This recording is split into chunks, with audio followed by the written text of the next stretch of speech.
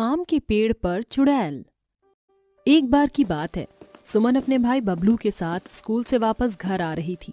रास्ते में उन्हें एक आम का बगीचा दिखाई दिया जो बहुत ही सुंदर होता है। उस बगीचे का मालिक पेड़ से आम तोड़ रहा होता है।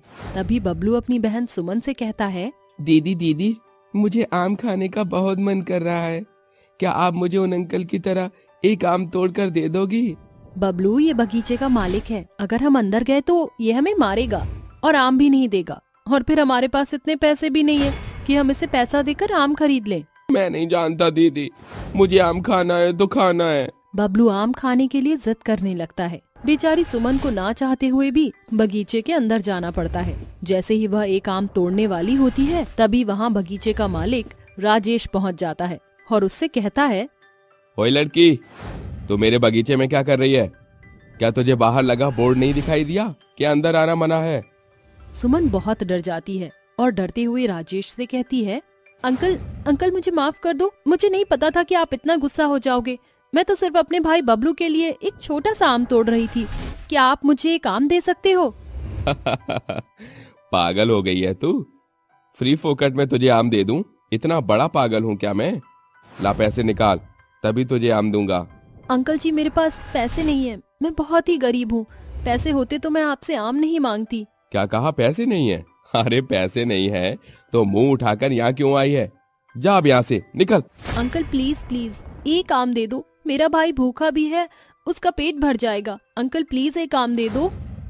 राजेश उसकी एक नहीं सुनता और उसे वहाँ से भगा देता है। जिसके बाद सुमन वापस अपने भाई बबलू के साथ अपने घर पहुँच जाती है। तभी बबलू कहता है, दीदी दीदी, मुझे आम खाना है। आपने मुझे आम क्यों नहीं ला कर दिया? भाई तुम चिंता मत करो, मैं तुम्हारे लिए आम जरूर लूंगी, लेकिन तुम जानते हो ना मेरे पास अभी पैसे नहीं हैं। दीदी, हम गरीब क्यों हैं?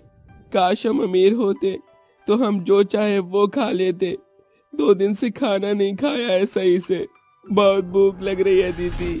बबलू, तू एक गिलास पानी और सूखी रोटी खाकर सो जा, कल मैं तुझे आम जरूर खिलाऊंगी। नहीं दीदी, मुझे ये सूखी रोटी नहीं खानी, मुझे आम खाना है। मुझे आम ला कर दो, मुझे नहीं पता, मुझे आम खाना है। बबलू की जिद देखकर सुमन परेशान हो जाती है और किसी तरह बबलू को संभालती है और उसे एक गिलास पानी के साथ सूखी रोटी खिलाकर सुला देती है। अगले दिन सुबह बबलू सुमन से कहता है, दीदी, आपने कहा था कि मुझे कल आम खिलाओगी, जाओ अब मेरे लिए आम लेकर आओ। बबलू की बात सुनकर सुमन परेशान हो जाती है। वो ये जानती थी कि बगीचे का मालिक उसे आम देना तो बहुत दूर, तोड़ने भी नहीं देगा। ना चाहते हुए भी वह अपने भाई की जिद पर आम तोड़ने जाती है। जिसके बाद बगीचे का मालिक उसे वहाँ से भगा देता है और वह वापस घर आ जाती है। दीदी, आप मेरे लिए आम लाई हो ना आज? नहीं बबलू, मैं आम नहीं लाई, लेकिन मैं आज रात को आम जरूर लेकर आऊंगी।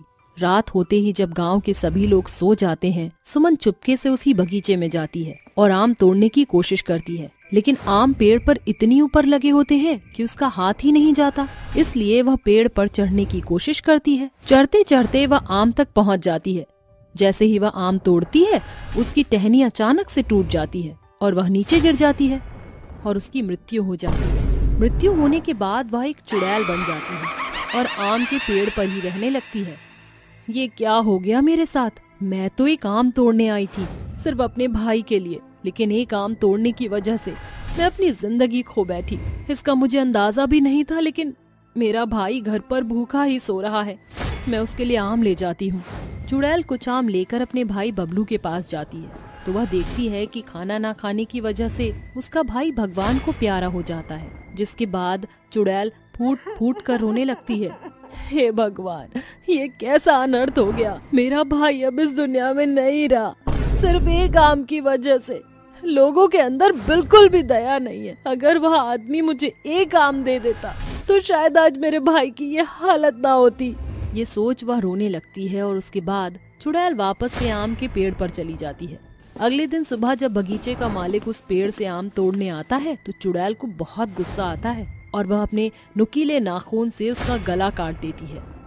आम खाना था ना तुझे, ये ले, अब ऊपर जाकर आम खाना। ये कहकर चुड़ैल बगीचे के मालिक को जान से मार देती है। जिसके बाद रात के समय कोई भी आम तोड़ने की कोशिश करता तो चुड़ैल उन्हें मार दिया करती थी। एक दिन एक राधिका नाम की औरत उस आम के पेड़ को देखकर कहती है, कितना सुंदर आम का पेड़ है और कितने रसीले आम इस पर लगे हैं, क्यों ना मैं इसमें से कुछ आम तोड़ कर ले जाऊं। ये सोचकर वह आम तोड़ने जाती है, लेकिन वह आम तोड़ती इससे पहले चुड़ैल पीछे से आकर उसका गला दबा देती है और उसे मारकर आम के पेड़ पर लटका देते हैं। अगले दिन उस आम के पेड़ के पास गांव के सभी लोग इकट्ठे हो जाते हैं और उनमें से एक औरत कहती है, ये किसी इंसान ने नहीं किया है, ये तो किसी चुड़ैल का काम है। इस औरत की गर्दन पर नाखून के निशान देखो। तुम सही कह रहे हो, हमें इस पेड़ से दूर रहना चाहिए, नहीं तो हमारी जान को खतरा हो सकता है। उस दिन के बाद से गांव के सभी लोग उस बगीचे के पास से गुजरना बंद कर देते हैं। ऐसे ही धीरे धीरे कई दिन निकल जाते हैं और एक दिन उस बगीचे के मालिक की बेटी कंचन अपने छोटे भाई रामू के साथ आम के पेड़ के पास आती है। तभी रामू कहता है, दीदी मुझे इस आम के पेड़ का एक आम खाना है, प्लीज मुझे तोड़ कर दे दो ना। अरे मेरे प्यारे भाई को आम खाना है, रुको तुम, मैं तुम्हें अभी आम तोड़ कर खिलाती हूँ। चुड़ैल आम के पेड़ पर बैठी हुई ये सब देख रही होती है। कंचन अपनी पूरी कोशिश करती है लेकिन उससे एक भी आम नहीं टूटता। ये सब देख चुड़ैल को अपने भाई की याद आ जाती है। कितना प्यारा था मेरा भाई और मैं हमेशा उसकी हर इच्छाओं को पूरा करने की कोशिश किया करती थी, जैसे ये नादान बच्ची कर रही है। मुझे इसकी मदद करनी चाहिए।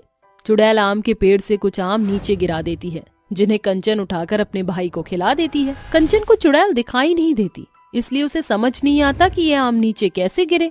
कुछ देर में वह दोनों आम खाकर वहाँ से चले जाते हैं। तभी चुड़ैल अपने आप से कहती है, आज मेरे दिल को सुकून मिला है। जो काम मैं अपने भाई के लिए करना चाहती थी वो आज मैंने इस लड़की के भाई के लिए कर दिखाया। अब मुझे यहाँ से चले जाना चाहिए।